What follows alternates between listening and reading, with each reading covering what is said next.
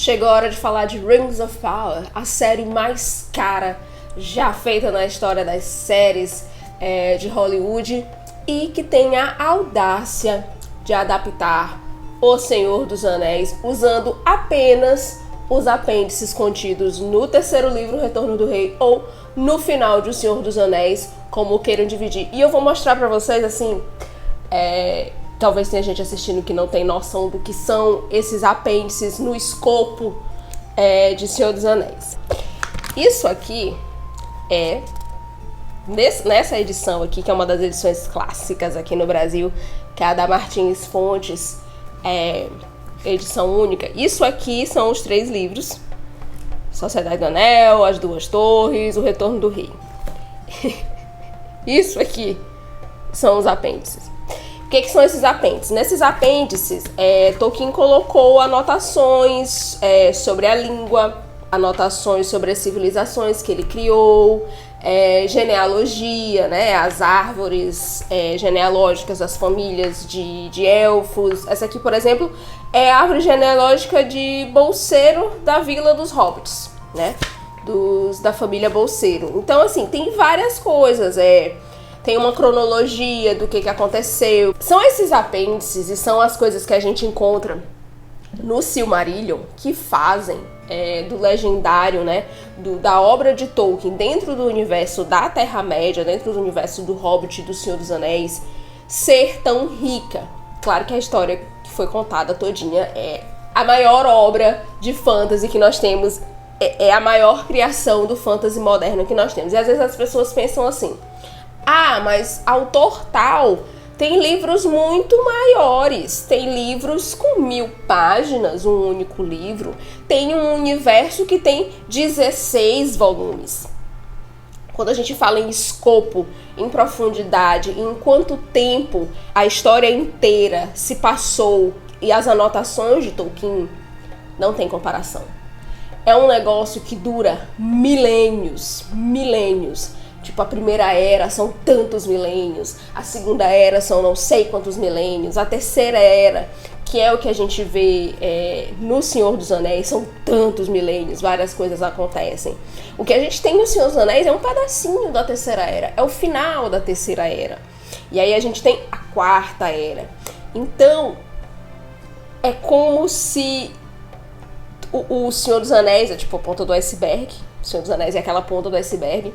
A construção de mundo que foi feita de Tolkien, quando a gente fala de construção de mundo, é um iceberg colossal dentro do oceano do fantasy. Não há comparação, né? Então, assim, alguns autores podem até ter escrito sobre várias famílias, mas nada tem o escopo de tempo, de profundidade, a solidez de construção de mundo que Tolkien fez. Dito isso, toda essa minha babação, eu não sou a maior conhecedora de Tolkien, eu não sou tão conhecedora da obra de Tolkien, do legendário, que seja quanto eu gostaria de ser. Se tem uma coisa que eu gostaria de ser, era acadêmica de Tolkien. E Rings of Power teve a consultoria do que é considerado, né, do professor que é considerado o maior acadêmico em Tolkien vivo, que é o professor Tom Shippey. E ele fez uma consultoria logo assim que a Amazon começou a anunciar que faria uma adaptação de Senhor dos Anéis. Eles fizeram até um videozinho com o Tom Shippey dizendo algumas coisas. Então ele foi um consultor na série. O que eu acredito que tenha acontecido, e a gente vai entender por que eu acredito que isso tenha acontecido, é que o Tom Shippey foi usado, o conhecimento dele foi usado na concepção da ideia de vamos fazer uma série de O Senhor dos Anéis, usando esses apêndices aqui no final do livro, uma história da Segunda Era, uma história que não foi contada. E aí o Tom Shippey deve ter dito: ok, vocês podem fazer isso, vocês não podem fazer isso, isso aqui talvez vamos fazer, mas dessa forma.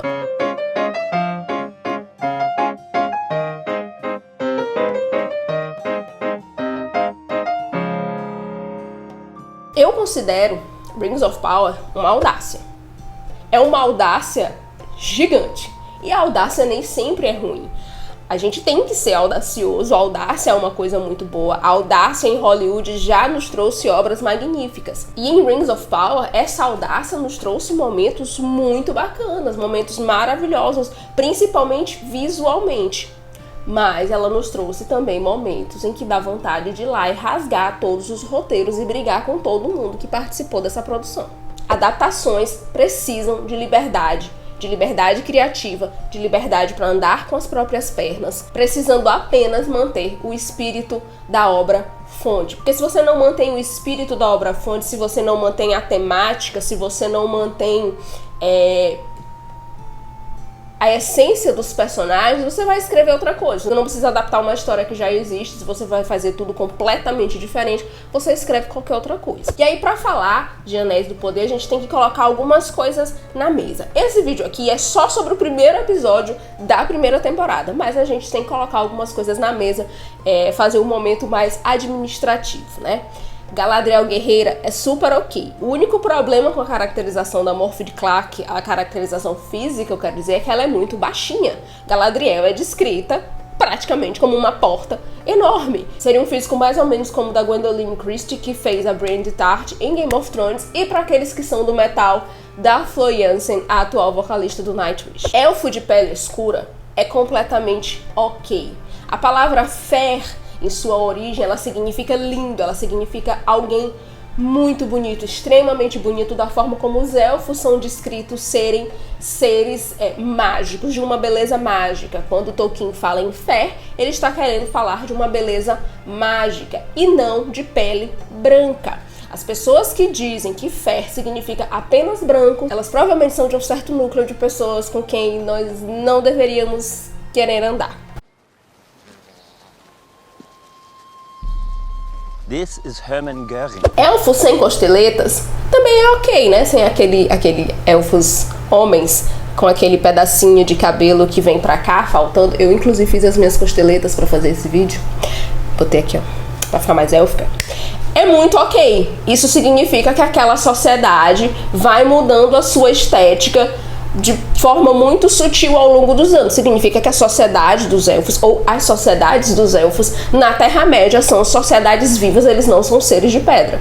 É estranho? É, mas não é uma coisa ruim, não é uma coisa errada, não é uma coisa que vá, assim, ofender o legendário de forma alguma. Sauron gatinho manipulando elfos é cânone, é super ok. Inclusive, o Celebrimbor salivando pelo Sauron gatinho também é cânone.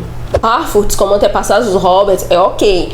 Há vários textos sobre isso, como os hobbits modernos, os hobbits de O Senhor dos Anéis, são a mistura de várias linhagens de pessoas pequenininhas que foram assentando ao longo do tempo. Algumas dessas pessoas eram mais de ficar perto de água, algumas dessas linhagens eram mais nômades. No caso, os Harfoots, eles são nômades. Todos essas pessoas pequenininhas que dão origem aos hobbits, eles são nômades. E os Harfoots são apenas um dos 3 que são citados no legendário. Styles cinza durante a Segunda Era, como o Gandalf, já é um negócio assim que eles pegaram e esticaram muito, porque a gente tem Stares azuis, a gente tem os magos azuis, se não me engano eles são 2, que são relatados em algum momento, eu não sei se nos Contos Inacabados, acho que é nos Contos Inacabados, que tem esses Stares azuis durante a Segunda Era na Terra-média. Stares cinza, como o Gandalf, só aparecem depois, só aparecem na Terceira Era. Isso é um outro ponto que a gente tem que ter em mente.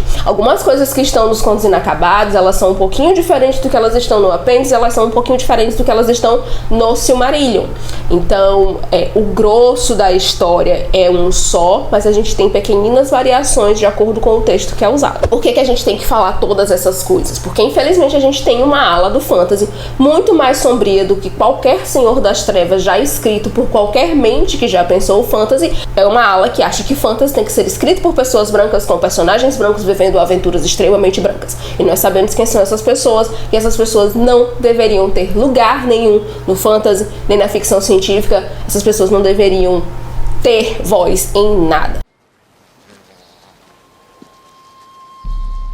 This is Hermann Göring. Um outro ponto que a gente tem que pensar quando a gente fala de Anéis do Poder e em quem que a gente coloca a culpa pelo que aconteceu é nos herdeiros de Tolkien.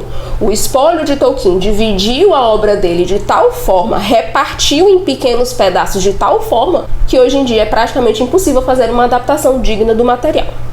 Many minutes later. Dito tudo isso, vamos fazer o recap e a dissecação que nós tantos amamos nesse canal de Rings of Power. The Lord of the Rings of Power. Esse é o nome completo, eles estão usando um título que abarca toda essa franquia e o título dessa parte específica dessa franquia, que é Rings of Power.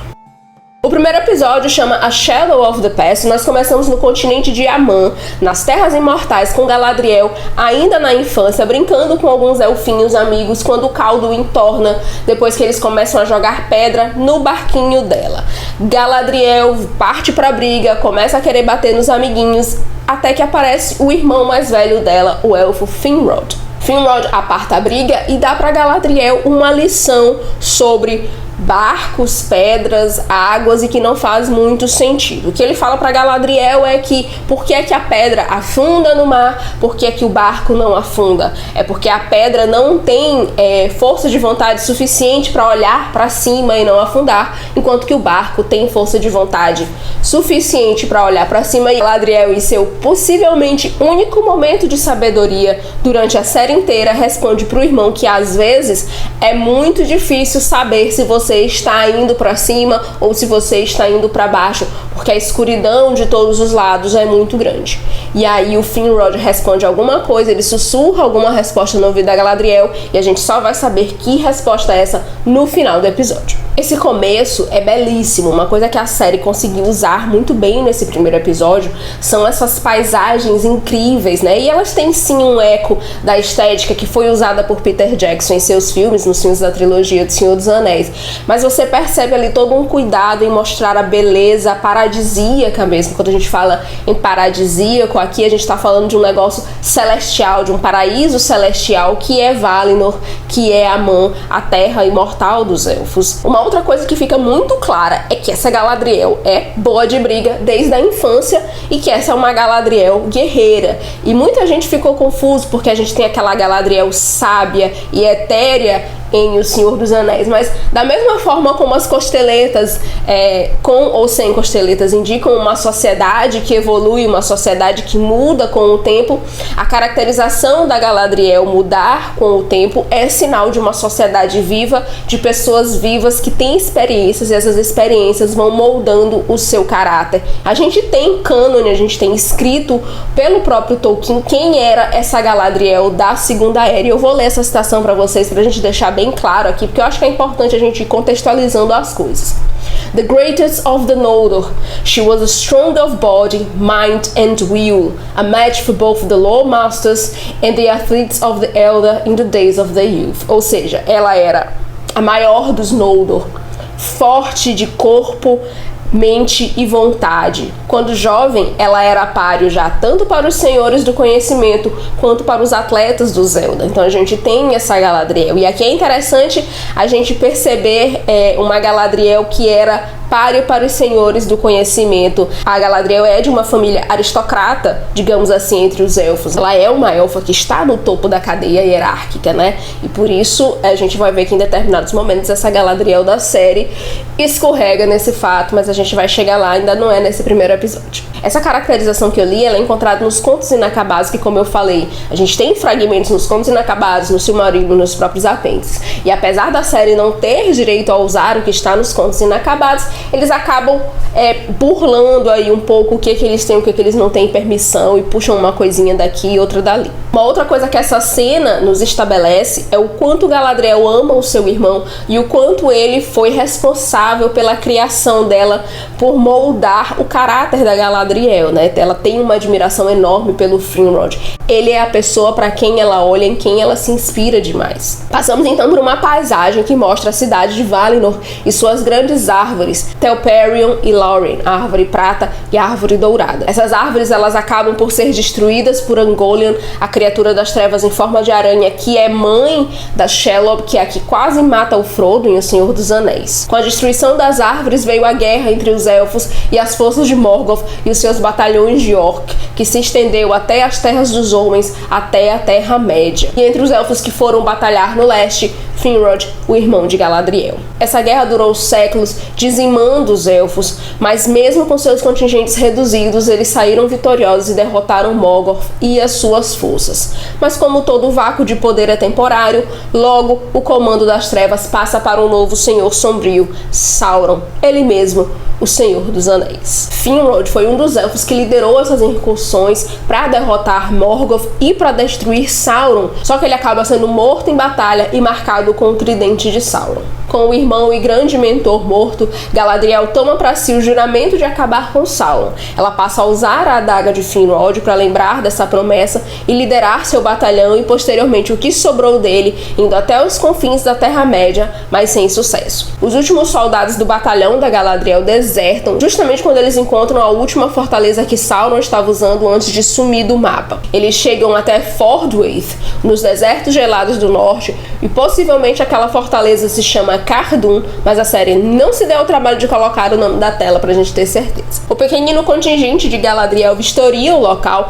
apenas para descobrir que sim, foi ali que os orcs remanescentes das forças de Sauron se encontraram pela última vez, mas isso faz muito tempo, anos e anos. Inclusive um deles fala assim, olha, tem muito tempo que aconteceu, quem estava aqui provavelmente já morreu, Galadriel, isso aqui é uma busca inútil. Galadriel comenta que o local está tão repleto de maldade que o fogo das tochas dos elfos não fornecem calor. Nessa busca, a Galadriel e seus companheiros encontram ainda orcs mumificados após manipular forças do submundo. Esse submundo é o mundo dos Wraith, a dimensão espiritual e nevoada para onde, por exemplo, passam as pessoas quando colocam o anel e onde os cavaleiros do anel mostram a sua forma esquelética. A companhia é então atacada por um troll de gelo e essa é a gota d'água para todo mundo desertar. Galadriel não tem mais um exército, ela não tem mais com quem sair em busca de Sauron. Agora a gente dá uma passada para a região de Rhovanion, onde dois caçadores com chifres de alces nas costas passam perto dos Harfoots, uma das 3 variedades percussoras dos hobbits modernos. Eles eram nômades e essa fase da existência dos hobbits é conhecida como The Wandering Days, os dias de saírem por aí vagando. Aqui nós conhecemos vários personagens que foram criados especificamente para a série. Sardok Burrows, o sábio dessa tribo, com seu enorme livro de profecias ou qualquer outra coisa, onde ele vê um desenho desses caçadores de alce sendo seguido por 2 criaturas que se parecem com lobos. Conhecemos também Elinor Nori Brandyfoot, uma jovem hobbit que está criando crianças na colheita de frutas silvestres. Nori dá de cara com uma pegada de lobo.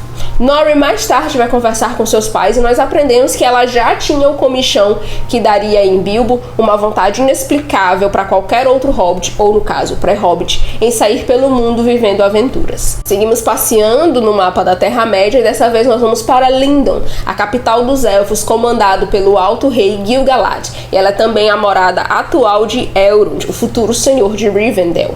Nessa época, o Elrond é um assessor do rei e essa parceria vai durar pelo menos até a Batalha da Última Aliança, como nós vemos no prólogo do Senhor dos Anéis, e onde também temos o spoiler de que o Gil-galad é um dos 3 portadores dos Anéis Mágicos dos Elfos, junto com Galadriel e Círdan.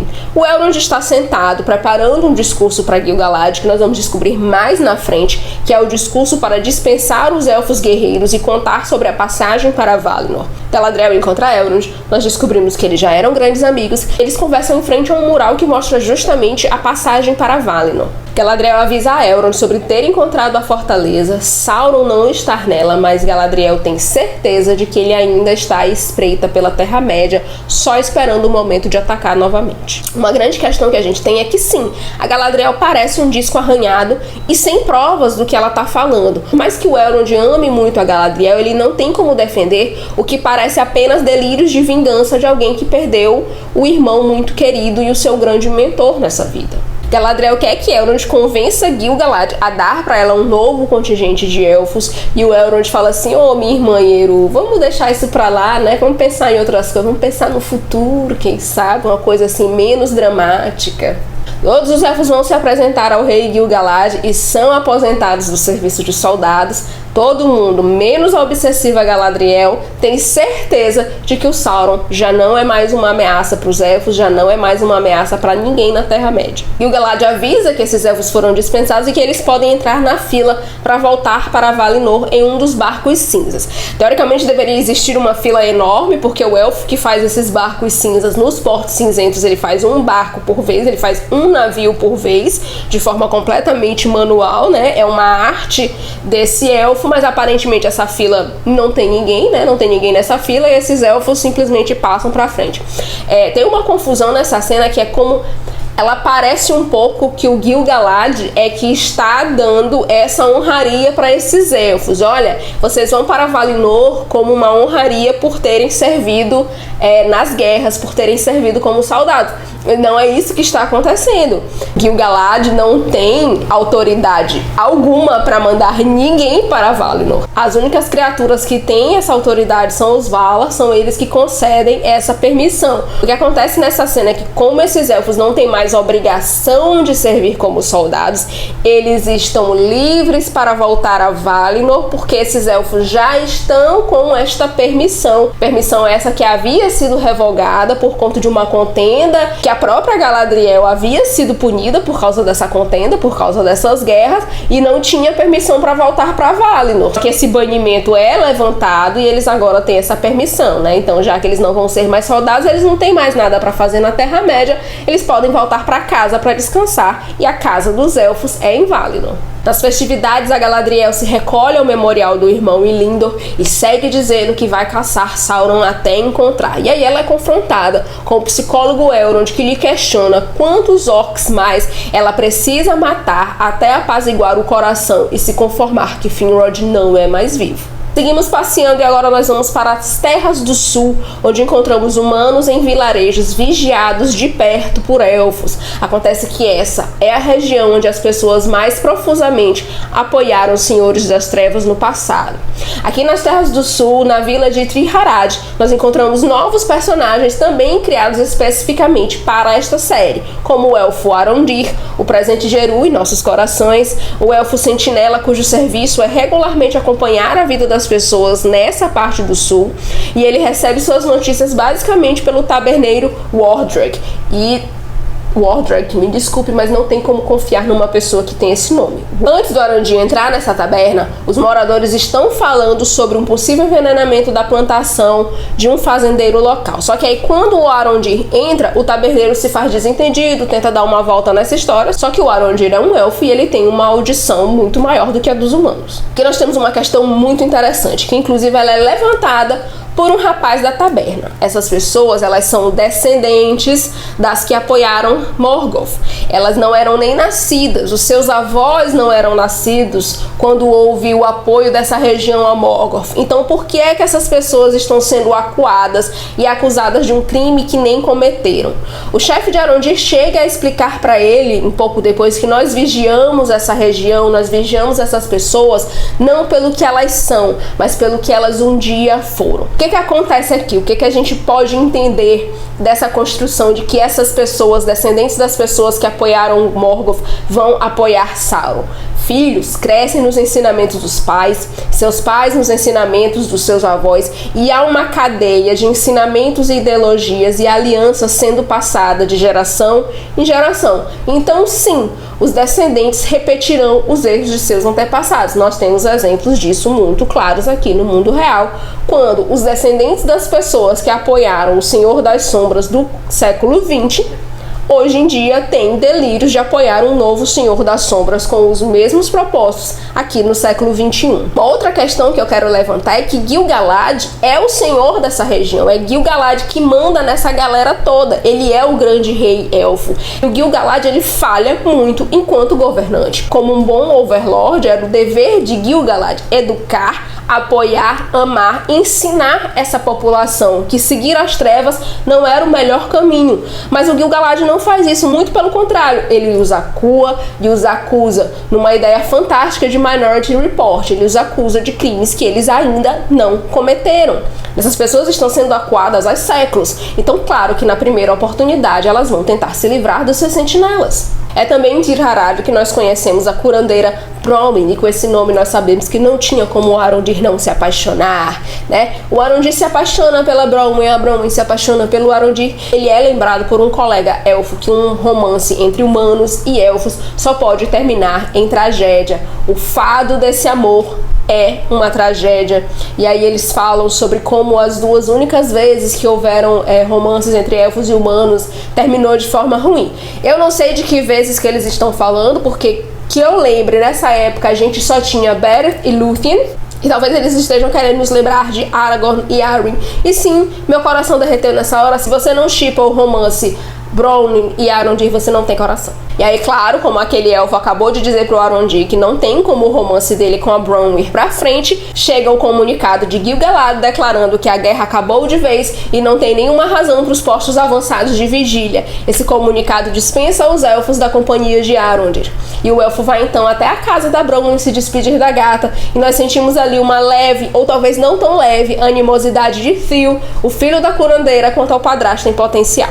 A cena toda muda de tom quando o vizinho chega com uma vaquinha perguntando se a Bronwyn cuida também de animais, e a vaquinha dele tá com alguma moléstia. A Bronwyn passa a mão na vaca e percebe que ela não tem febre, só que o Arondir vai lá e ordenha a vaquinha, e no lugar de sair leite das tetas, sai um líquido viscoso, escuro, que parece sangue, mas também não é. Então, se nós contamos o envenenamento da plantação do fazendeiro local, que eles estavam comentando na taberna antes do Arondir entrar, esse é o segundo sinal de que o mal está espreito ali naquela região. E aí acontece que essa vaquinha andou pastando perto da vila vizinha, que por um acaso é a vila onde a Bronwyn nasceu. E aí tanto o Arondir quanto a Bronwyn resolvem que eles vão investigar o que está acontecendo na vila vizinha. E aí o Arondir acaba tendo um desentendimento com a Bronwyn, porque ele fala que aquela vila é onde moravam as pessoas mais morgothristas e com um grande potencial de serem sauristas, e a Bronwyn fica muito ofendida, claro, porque ela não é uma devota de Sauron.